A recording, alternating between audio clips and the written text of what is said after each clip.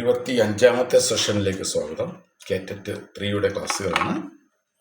24 സെഷനുകൾ പൂർത്തിയാക്കി കഴിഞ്ഞു.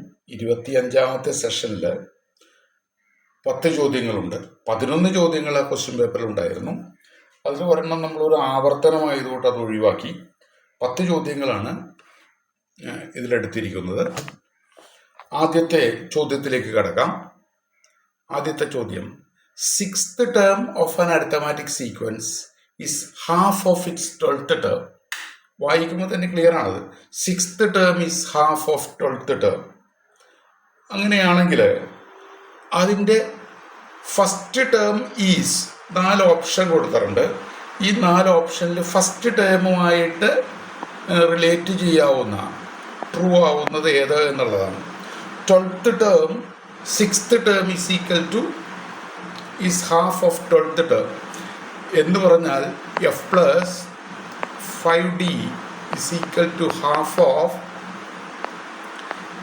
f plus 11d. ഇതിൽ നിന്ന് നമുക്ക് 2f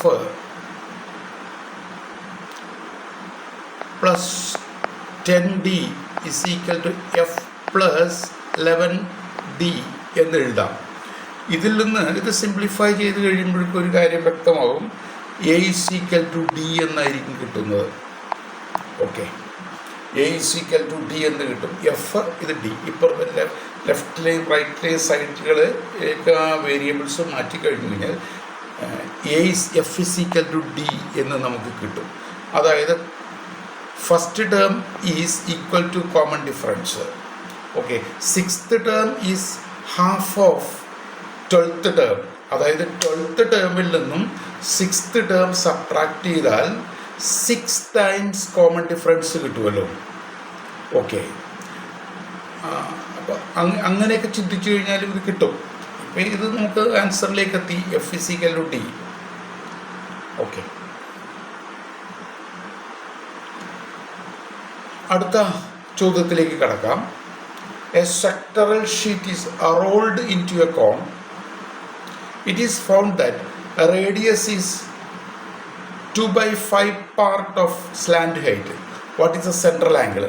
അതായത് സെക്ടറിൻ്റെ സ്ലാൻഡ് ഹൈറ്റിൻ്റെ 2/5 ഭാഗമാണ്. 5ൽ 2 ഭാഗമാണ് സെക്ടറിൻ്റെ റേഡിയസ്. കണ്ടോ, found that radius of the cone is 2/5 part of slant height. Slant height എന്ന് പറയുന്നത് സെക്ടറിൻ്റെ റേഡിയസ് ആണ്. സെക്ടറിൻ്റെ റേഡിയസിൻ്റെ 2/5 ഭാഗമാണ് കോണിൻ്റെ റേഡിയസ്. അതിൻ്റെ അർത്ഥം നമുക്ക് കൃത്യമായിട്ടറിയാം. സെൻട്രൽ ആംഗിള്, സർക്കിളിൻ്റെ മുഴുവൻ ആംഗിള് 360.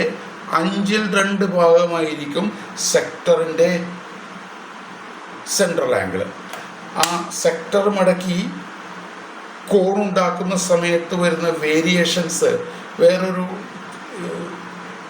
വീഡിയോയിൽ നമ്മൾ കൃത്യമായിട്ട് ഡിസ്കസ് ചെയ്തിട്ടുള്ളതാണ്. അങ്ങനെയാണെങ്കിൽ ഇത് 144 ഡിഗ്രി എന്ന് നമുക്ക് കൃത്യമായിട്ട് കിട്ടുന്നത്. ഓക്കെ, ഇത് കണ്ടോ. അടുത്ത ചോദ്യം: ഒരു ഫ്രീക്വൻസി ടേബിള് 50-60 എന്ന് പറയുന്ന ക്ലാസ്സാണ് മീഡിയൻ ക്ലാസ്. ആ ഫ്രീക്വൻസി ടേബിൾ 50-60 എന്ന് പറയുന്നതാണ് മീഡിയൻ ക്ലാസ്. മീഡിയൻ ക്ലാസ്സിൽ 10 കുട്ടികളുണ്ട്. സ്കോറുകൾ ഉള്ള ഒരു സ്കോറുകളെ ഫ്രീക്വൻസി ടേബിൾ ആക്കിയേക്കുന്നതാണ്, കുട്ടികളുടെ സ്കോറുകൾ. അപ്പോൾ മീഡിയൻ ക്ലാസ്സിൽ 10 സ്കോറുകളുണ്ട്, 10 കുട്ടികളുമുണ്ട്. അപ്പോൾ ഈ 10 കുട്ടികളെ 10 സ്കോറ് 10 കുട്ടികൾക്ക് തുല്യമായി ഭാഗിച്ചാൽ ഒരാളുടെ സ്കോറ് 1 ആണ്. ഓക്കെ, അതവിടെ നിൽക്കട്ടെ. Medium class there are 31 children below the score 60. 60ക്ക് താഴെ 31 സ്റ്റുഡൻസ് ഉണ്ട്, ചിൽഡ്രൻ ഉണ്ട്. അതായത് 61ാമത്തെ 61st കണ്ടോ ഇവിടെ 60 അല്ല 32nd 31 സ്റ്റുഡൻസാണ് 60ൽ താഴെയുള്ളത്. 32nd സ്റ്റുഡൻറ്റിൻ്റെ സ്കോറ് 60+1/2 60.5 ആണെന്ന് നമുക്കറിയാം. കാരണം മീഡിയം കാൽക്കുലേറ്റ് ചെയ്യുന്ന നമ്മുടെ പാഠപുസ്തകത്തിലെ പ്രോസസ്സിൽ 32ാമത്തത് 60.5 ആണ്. ശരിക്കും 37th ആണ് മീഡിയൻ. അപ്പോൾ 37th എത്തണം. അപ്പോൾ മീഡിയം ക്ലാസ്സിൽ സ്കോറുകൾ അറേഞ്ച് ചെയ്തിരിക്കുന്നത് അരിത്തമാറ്റിക് സീക്വൻസിലാണ്. അപ്പോൾ അരിത്തമാറ്റിക് സീക്വൻസിലെ ഫസ്റ്റ് ടേം ആണ് 60.5, കോമൺ ഡിഫറൻസ് ആണ് 1. അങ്ങനെയാണെങ്കിൽ മീഡിയൻ വരുന്നത് ആ സീക്വൻസിലെ 6ാമത്തെ ടേമാണ്. അപ്പോൾ 6th ടേം എത്രയായിരിക്കും? 6th term is equal to 60.5 plus 5 × 1 medium കാണുന്ന പ്രോസസ്സ്. അപ്പോൾ 65.5 എന്ന് പറയുന്നതായിരിക്കും മീഡിയം. അടുത്ത 4ാമത്തെ നോക്കൂ, ഇവിടെ ഒരു ഫ്രെയിമുണ്ട്. ആ ഫ്രെയിമിനുള്ളിലൊരു പിക്ചറുണ്ട്. അളവുകൾ ഇവിടെ തന്നിരിക്കുന്നത് നോക്കുക. ഫ്രെയിമിൻ്റെ വിട്ട് 4 ഫ്രെയിമും പിക്ചറും കൂടി ചേർന്നുള്ള സ്ക്വയറിന് 80 ഉണ്ട്. അപ്പോൾ ആ സ്ക്വയറിൻ്റെ ഔട്ടർ സ്ക്വയറിൻ്റെ എത്ര പെർസെൻറ്റേജാണ് ഫ്രെയിമിൻ്റെ ഏരിയ എന്നുള്ളതാണ്. ഔട്ടർ സ്ക്വയറിൻ്റെ ഏരിയയുടെ എത്ര പെർസെൻറ്റേജാണ് ഫ്രെയിമിൻ്റെ ഏരിയ? തീർച്ചയായിട്ടും ഇവിടെ ഫ്രെയിമിൻ്റെ വീതി 4 ഇവിടെയും ഇവിടെ 4 ഉണ്ടല്ലോ. അപ്പോൾ 8 ആയി. അപ്പോൾ പിക്ചറിൻ്റെ ഏരിയ അല്ല നമുക്ക് വേണ്ടത്, ഫ്രെയിമിൻ്റെ ഏരിയയാണ്. ഫ്രെയിമിൻ്റെ ഏരിയ എന്തായിരിക്കും? അപ്പോൾ 80 സ്ക്വയർ ഔട്ടർ സ്ക്വയറിൻ്റെ ഏരിയ മൈനസ് പിക്ചറിൻ്റെ ഏരിയ എന്ന് പറയുമ്പോഴേക്കും 80ൽ നിന്ന് 8 കുറച്ച് 72 സ്ക്വയർ. അപ്പോൾ ഫ്രെയിമിൻ്റെ area divided by total area 80, അതിന് പെർസെൻറ്റേജിലേക്കാക്കുന്നു. അപ്പോൾ ഇത് സിംപ്ലിഫൈ ചെയ്ത് കഴിയുമ്പോൾ തീർച്ചയായിട്ടും 152 × 8 ബൈ 80 സ്ക്വയർ 80 × 80 × 100 എന്ന് എടുത്തു കഴിഞ്ഞാൽ നമുക്ക് കിട്ടുന്ന 19% എന്ന് കിട്ടും. ആ 19 ഇവിടെയുണ്ട്. ഓക്കെ, അടുത്തത് പൈതഗോറിയൻ സ്പൈറലാണ്. സാധാരണ 9ാം ക്ലാസ്സിൽ സാധാരണ നമ്മൾ ചെയ്യുന്ന ചോദ്യം, എക്സിൻ്റെ വാല്യൂ √9 ആണ്, അതാണ് 3. അതായത് 2ാമത്തെ ഇതിൻ്റെ ഹൈപ്പോട്ടന്യൂസ് √2, √3, √4, √5, √6, √7, √8, √9. √9 ആണല്ലോ 3. √9 3 ആണ്. ഓക്കെ, ക്ലിയർ ആണ്. നമുക്കറിയാം കണ്ടോ, nth സ്പൈറലിൻ്റെ കണ്ടോ, ഫസ്റ്റിന് √2 ആണ്, സെക്കൻഡിന് √3 ആണ്. ഇപ്പം nth ട്രയാങ്കിളിനാകുമ്പോഴേക്കും √n+2 n+1 ആയിരിക്കും. n+1 ഫസ്റ്റിന് second. ആ രീതിയിൽ നമ്മൾ ക്ലാസ്സിൽ കൈകാര്യം ചെയ്യുന്ന ഒരു സാധാരണ പ്രാക്ടീസിങ് ടീച്ചർ ക്ലാസ്സിൽ കൈകാര്യം ചെയ്യുന്ന ഒരു കാര്യമാണിത്. പ്രശ്നമുള്ള കാര്യമല്ല. അടുത്തത് ഇവിടെ going clock vice around A quadrilateral, these interior angles are 6:7:8:9.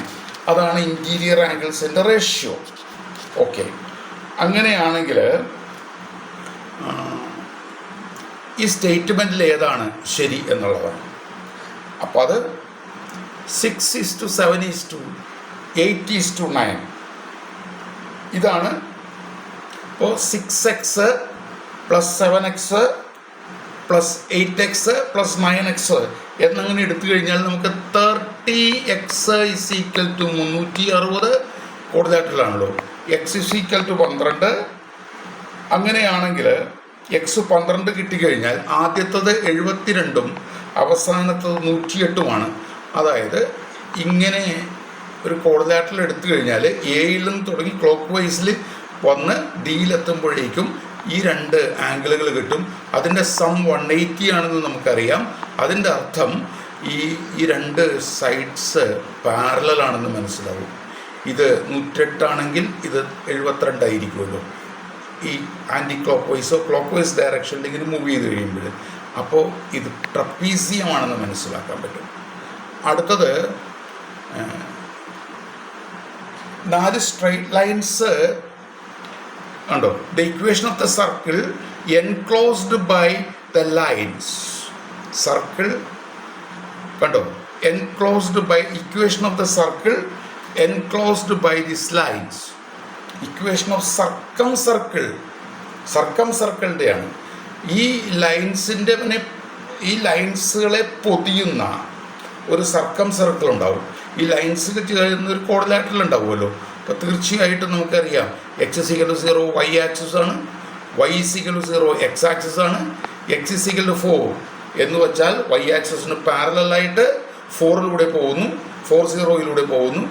ഇത് x ആക്സിസിന് പാരലായിട്ട് 0 പോകുന്നു. അപ്പോൾ ഇതൊരു സ്ക്വയർ ആവും. ആ സ്ക്വയറിൻ്റെ വെർട്ടിസസിലൂടെയാണ് ഈ സർക്കിൾ പോകുന്നത്. ആ സ്ക്വയറിൻ്റെ ഡയഗണൽ എത്രയാണ്? ഡയഗണൽ 4√2 ആണ്. അപ്പോൾ ആ സർക്കിളിൻ്റെ വെർട്ടിസസിലൂടെ പോകുന്ന സർക്കിളിൻ്റെ റേഡിയസ് 2√2 ആണ്. ആ സർക്കിളിൻ്റെ സെൻറ്റർ എന്തായിരിക്കും? അത് 2 ആയിരിക്കും എന്ന് വ്യക്തമാണ്. ആ സർക്കിളിൻ്റെ സെൻറ്റർ അല്പം സ്പീഡിൽ പറയുന്നതിന് കാരണം ഇനി സാധാരണഗതിയിൽ ടെറ്റ് എക്സാമിനേഷൻ എഴുതാൻ നേരത്ത് വളരെ സ്പീഡിൽ ചിന്തിക്കുക എന്നുള്ളത് മാത്രമാണ് എല്ലാ ചോദ്യങ്ങളെയും ക്രാക്ക് ചെയ്യാനുള്ള ഒരേ ഒരു സാധ്യത. അതുകൊണ്ടാണ് അവസാന വീഡിയോയിലേക്ക് വരുമ്പോഴേക്കും വളരെ സ്പീഡിൽ ഇങ്ങനെ പറയുന്നത് 2 അങ്ങനെയാണെങ്കിൽ 2 സെൻറ്ററും 2√2 റേഡിയസും ഉള്ള സർക്കിളിൻ്റെ equation x-2 whole square plus y-2 whole square is equal to 2√2ൻ്റെ സ്ക്വയർ ആണെങ്കിൽ ഇത് 8 ആണെന്ന് നമുക്കറിയാം. ഇതാണ് കറക്റ്റ് ഓപ്ഷൻ. അതായത് 8ാമത്തെ ചോദ്യത്തിലേക്ക് കിടക്കുമ്പോൾ n points R marked in A circle A1 A2 A3 etcetera A. അതവിടെ തന്നില്ലെങ്കിലും സാരമില്ല. n points R marked in A circle. എത്ര കോഡുകൾ അവയെ യോജിപ്പിച്ചുണ്ടാക്കുക എന്നുള്ളതാണ്. ഇപ്പോൾ ഒരു സർക്കിളിൽ n പോയിന്റ്സ് മാർക്ക് ചെയ്തിരിക്കുന്നു. ഒരു സർക്കിളാണിത്. സർക്കിളിൽ n പോയിന്റ്സ് ഇങ്ങനെ മാർക്ക് ചെയ്തിരിക്കുന്നു. On joining A point two another point we get A code. അപ്പോൾ ഒന്നാമത്തെ പോയിന്റ് A1ന് എത്ര എണ്ണമായിട്ട് ജോയിൻ ചെയ്യാം? n-1 എണ്ണമായിട്ട് ജോയിൻ ചെയ്യാം. ഓക്കെ. രണ്ടാമത്തേതും ഇതുപോലെ n-1 ആയിട്ട് ജോയിൻ ചെയ്യാം. മൂന്നാമത്തേതും n-1 ആയിട്ട് ജോയിൻ ചെയ്യാം. പക്ഷേ ഇങ്ങനെ ജോയിൻ ചെയ്യുമ്പോൾ ആ കൗണ്ടിങ് പ്രോസസ്സിൽ ഒരു ഇരട്ടിപ്പുണ്ടാകുന്നതായിട്ട് നമുക്കറിയാം. കാരണം A1നെ A2 ആയിട്ട് ജോയിൻ ചെയ്യുമ്പോൾ കിട്ടുന്നതും A2വിനെ A1 ആയിട്ട് ജോയിൻ ചെയ്യുമ്പോൾ കിട്ടുന്നതും സെയിം കോഡാണ്. അപ്പോൾ number of codes is equal to ഒരെണ്ണത്തിന് n-1 ആയിട്ട് n-1/2 എടുത്താലേ ടോട്ടൽ നമ്പർ ഓഫ് കോഡ്സ് നമുക്ക് കിട്ടുള്ളൂ. അടുത്ത 9ാമത്തേലേക്ക് വരുമ്പോൾ Nasrin says her age is 50 years 50 months 50 weeks and 50 days old. What age she be on his next birthday? അടുത്ത ബർത്ത്ഡേയിൽ എത്ര ഏജ് ഉണ്ടായിരിക്കും എന്നുള്ളതാണ്.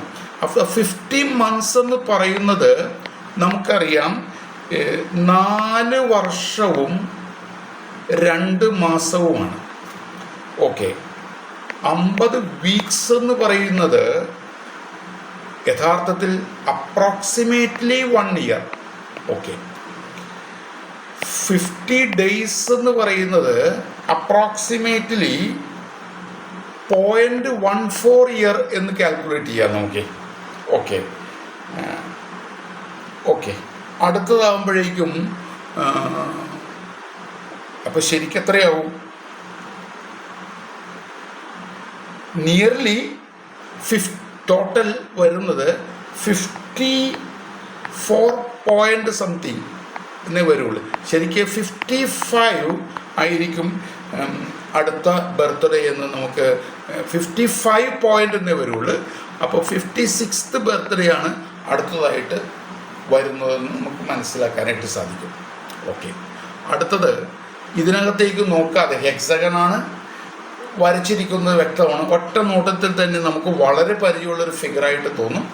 ഈ ഒരു ഹെക്സഗണിനെ 6 ഈക്വലാറ്റർ ട്രയാങ്കിൾ ആക്കാം. അപ്പോൾ എത്ര ഹെക്സഗൺ ഇവിടെ ഉണ്ടെന്ന് നോക്കുക ആദ്യം. 1 2 3 4 5 6 ഹെക്സഗൺ. പിന്നെ അത് കൂടാതെയും ഉണ്ടല്ലോ അതിനകത്ത് 6 ഹെക്സഗൺ ആകുമ്പോഴേക്കും 18 ഈക്വലാറ്റർ ട്രയാങ്കിൾ അതിനകത്ത് വരും. 6 പിന്നെ ഒരെണ്ണം നടുക്കൊരെണ്ണമുണ്ട് അതിനകത്ത് 1 2 3 4 5 6 7 എന്ന് പറഞ്ഞാൽ അപ്പോൾ നടുക്കുള്ളതും കൂടി കൂട്ടിക്കഴിഞ്ഞാൽ എത്രയാണ്? നടുക്കുള്ള ഒരു ഹെക്സഗൺ ഉണ്ട്, അതിനകത്തൊരു 6 എണ്ണം ഉണ്ട്. പിന്നെ അത് കൂടാതെ ആ നടുക്കുള്ളതിൻ്റെ ചുറ്റുമായിട്ടൊരു 6 എണ്ണം ഉണ്ട്.